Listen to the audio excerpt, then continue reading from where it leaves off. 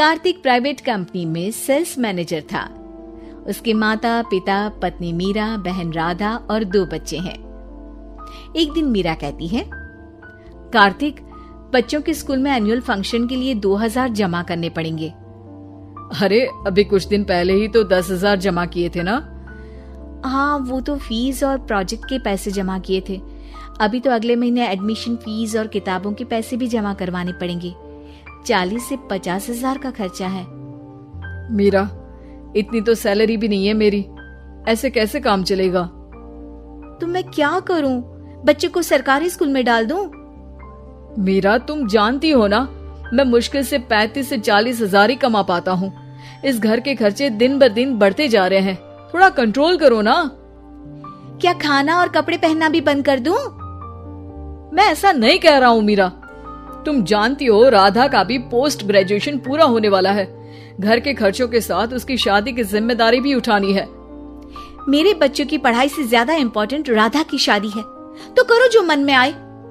मैं बोझ लगती हूँ तो मैं बच्चों के साथ अपने मायके चली जाती हूँ। तुम्हारी सारी मुसीबतें ही खत्म हो जाएगी। मीरा, मुझसे बहस मत करो। सुबह सुबह ऑफिस जाने के टाइम पर ही कलेश करके दिन मत खराब करो। इतना बोलकर कार्तिक वहां से चला जाता है। तभी, कार्तिक बेटा, ऑफिस जा रहे हो? मेरी दवाइयाँ लेते आना। और बेटा, बिजली का भी बिल 2 महीने से जमा नहीं हुआ, इसे भी आज जमा करवा देना। जी पिताजी, लाइए बिजली का बिल। 4,600 रुपए बिजली का बिल आया है। माँ, मीरा, राधा, कितना ज्यादा बिल आया है। भैया, ये 2 महीने का बिल है और मैं तो सिर्फ फोन चार्ज करती हूँ। अरे बेटा, मैं तो गीजर से पानी गर्म करने के अलावा मेरे कमरे में एक पंखा और एक लाइट ही तो जलते हैं। मीरा, तो फिर इतना बिल कैसे आया? हाँ, सारा इल्जाम मेरे पर ही लगा दो ना। भाभी, आप भी तो एसी चलाती हो, उससे भी बिजली का बिल बहुत ज्यादा आता है ना। एसी मेरे मायके से आई है और वो भी अब सबकी आंखों में खटकने लगी है। मीरा, अपना मुंह बंद करो और आज के बाद तुम एसी नहीं चलाओगी। माँ, आप भी अपना पानी धूप में गर्म करके नहाया करो। कार्तिक ये कहकर घर से ऑफिस के लिए निकल गया। घर से कुछ आगे जाते ही उसकी गाड़ी पंचर हो गई। कार्तिक को पंचर बनवाकर ऑफिस पहुंचने में लेट हो गया। बॉस ने कार्तिक को अपनी कैबिन में बुलाया। मे आई कम इन सर? कम इन। बहुत लेट हो तुम। सॉरी सर, कुछ प्रॉब्लम्स की वजह से लेट हो गया। मुझे कुछ नहीं सुनना। तुम्हारा टारगेट कंप्लीट हुआ? नो सर, अभी बाकी है। क्यों?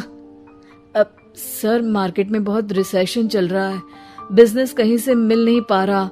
मैं अपनी तरफ से पूरी कोशिश कर रहा हूँ सर। मुझे तुम्हारी कोशिश नहीं चाहिए, मुझे बिजनेस चाहिए। अगर तुमसे नहीं हो पा रहा है तो तुम रिजाइन कर सकते हो। अब नहीं सर, मुझे इस नौकरी की बहुत जरूरत है। मैं अपनी फैमिली का सिंगल अर्निंग पर्सन हूँ।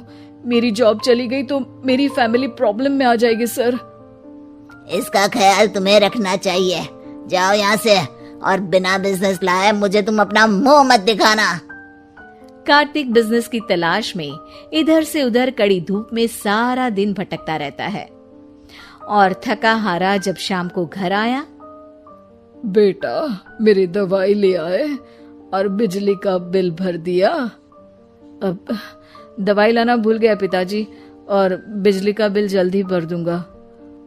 पर बेटा, याद से भर देना, वरना बिजली वाले बिजली काट कर चले जाएंगे। लीजिए पानी। बच्चों के एनुअल फंक्शन के लिए स्कूल में जमा करने वाले पैसे लेकर आए? अभी सैलरी नहीं आई है मेरा, और अकाउंट में ज्यादा पैसे भी नहीं बचे हैं। तो क्या बच्चों को स्कूल भेजना बंद कर दूं? बच्चे अगर इस साल एनुअल फंक्शन नहीं अटेंड करेंगे तो कोई पहाड़ नहीं टूट पड़ेगा। और अब तुम मेरा दिमाग खाना बंद करो। अरे, आप मुझ पर क्यों चिल्ला रहे हैं? कार्तिक गुस्से में घर से बाहर चला जाता है।